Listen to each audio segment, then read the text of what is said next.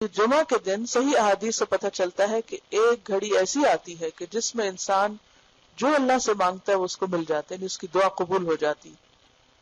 اس ساعت کے متعین وقت میں اختلاف ہے، یعنی کس وقت ہوتی ہے یہ گھڑی، اس کے بارے میں کئی ایک روایات ملتی ہیں جو مختلف ہیں. واہم مسلم کی مفرد روایتوں میں حضرت ابو موسیٰ رضی اللہ عنہ کی حدیث ہے کہ امام کے منبر پر بیٹھنے کے وقت سے لے کر نماز کے ختم ہونے تک ہے.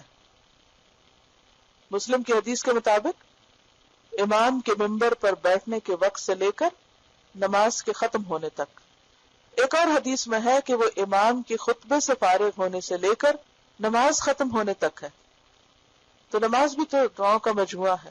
اگر اس دوران وہ گھڑی آ جاتی ہے اور آپ کا دل نماز میں حاضر ہے تو آپ جو بھی پڑھ رہے ہیں قبول ہو جائے گا انشاءاللہ. ایک اور حدیث میں ہے کہ وہ امام کے خطبے سے فارغ ہونے سے لے کر نماز ختم ہونے تک ہے.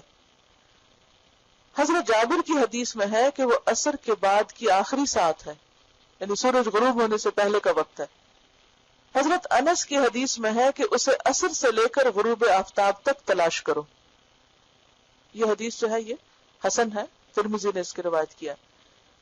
کون سی؟ عصر سے لے کر غروب آفتاب تک. حضرت ابوبکر اسرم نے کہا یہ احادیث دو وجہوں سے خالی نہیں، یعنی اتنا اختلاف کیوں ہے؟ یا تو بعض احادیث بعض سے زیادہ صحیح ہوگی، یعنی ایک وجہ تو یہ ہے، اور یا پھر یہ ساتھ مختلف اوقات میں منتقل ہوتی رہتی ہوگی، جیسا کہ لیلۃ القدر رمضان کی آخری 10 راتوں میں منتقل ہوتی رہتی. یعنی ایک جمعہ کو مثلا خطبے کے دوران کی گھڑی ہے اور پھر کسی اور میں نماز کے بیچ کی، کسی اور میں عصر کے وقت کی. تو اس وجہ سے ایک وقت نہیں بتایا، پھر تو کیا ہوتا اگر ایک وقت پتہ چل جاتا؟ بس اس وقت میں ہم تھوڑا سا اہتمام کر لیتے اور باقی وقت بھول جاتے. یا یہ بھی ہو سکتا ہے کہ یہ سارے اوقات ہوں، یعنی اگر ایک گھڑی مس ہو گئی تو اگلی پہ آپ کیچ کر لیں اس کو، وہ مس ہو گئی تو اگلی پہ چلے جائیں تاکہ بار بار دھیان رہے. یہ اللہ کی رحمت ہے کہ ہمارے لیے اتنی وسعت رکھی ہے.